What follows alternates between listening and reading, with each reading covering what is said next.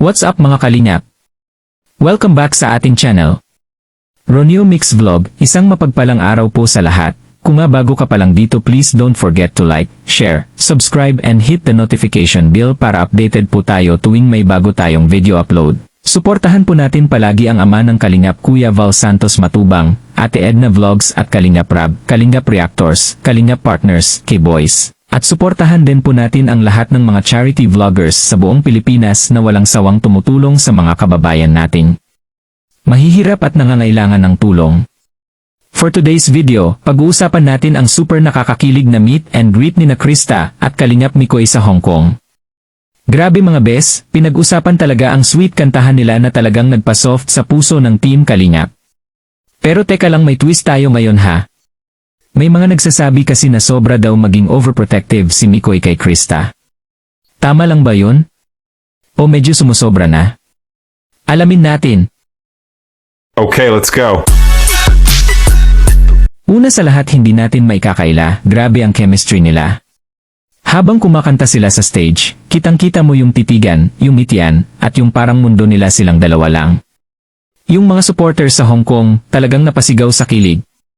Parang bawat linya ng kanta may kasamang tunay na emosyon.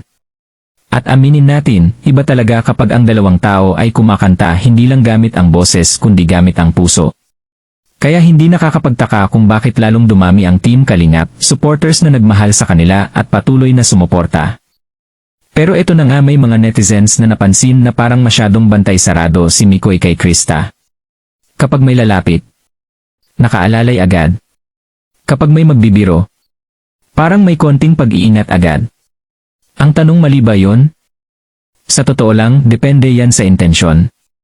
Kung ginagawa niya yon dahil gusto niyang siguraduhin ang safety at comfort ni Krista, lalo na nasa ibang bansa sila at maraming tao, parang natural lang naman yon, lalo na kung may espesyal kang nararamdaman sa isang tao.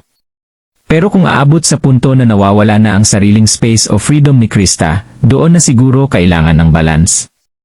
Ang pagiging protective ay sweet. Pero ang pagiging overprotective, kailangan may limitasyon. Pero ito ang mas malalim na tanong mga kalingap. Paano kung hindi naman talaga pagiging overprotective ang nakikita natin? Paano kung respeto lang iyon? Paano kung pagiging responsable lang iyon bilang lalaki sa isang public event? Minsan kasi, kapag nakikita natin ang isang lalaking maalaga at maingat, mabilis natin itong tawaging overprotective. Pero baka ang totoo, marunong lang siyang mag-alaga. At tandaan natin, si Krista ay may sariling isip at desisyon. Kung may mali, sigurado naman na kaya niya itong sabihin. So para sa akin, wala namang masama kung protective si Mikoy, lalo na kung malinaw na may respeto at tiwala sa pagitan nila. Ang importante, masaya sila, hindi napipilitan, at hindi nasasakal ang isa't isa. Kasi sa dulo ng araw, ang tunay na relasyon, kahit ano pa man ang label, ay nakabase sa respeto, tiwala, at pag-unawa. Pero ngayon gusto kong marinig ang opinyon niyo mga kalingap. Tama lang ba ang pagiging protective ni Mikoy? O medyo sumusobra na nga ba? Comment down below. At kung kinilig ka sa sweet kantahan nila sa Hong Kong, don't forget to like, share, and subscribe para sa mas marami pang reaction videos. See you sa next upload.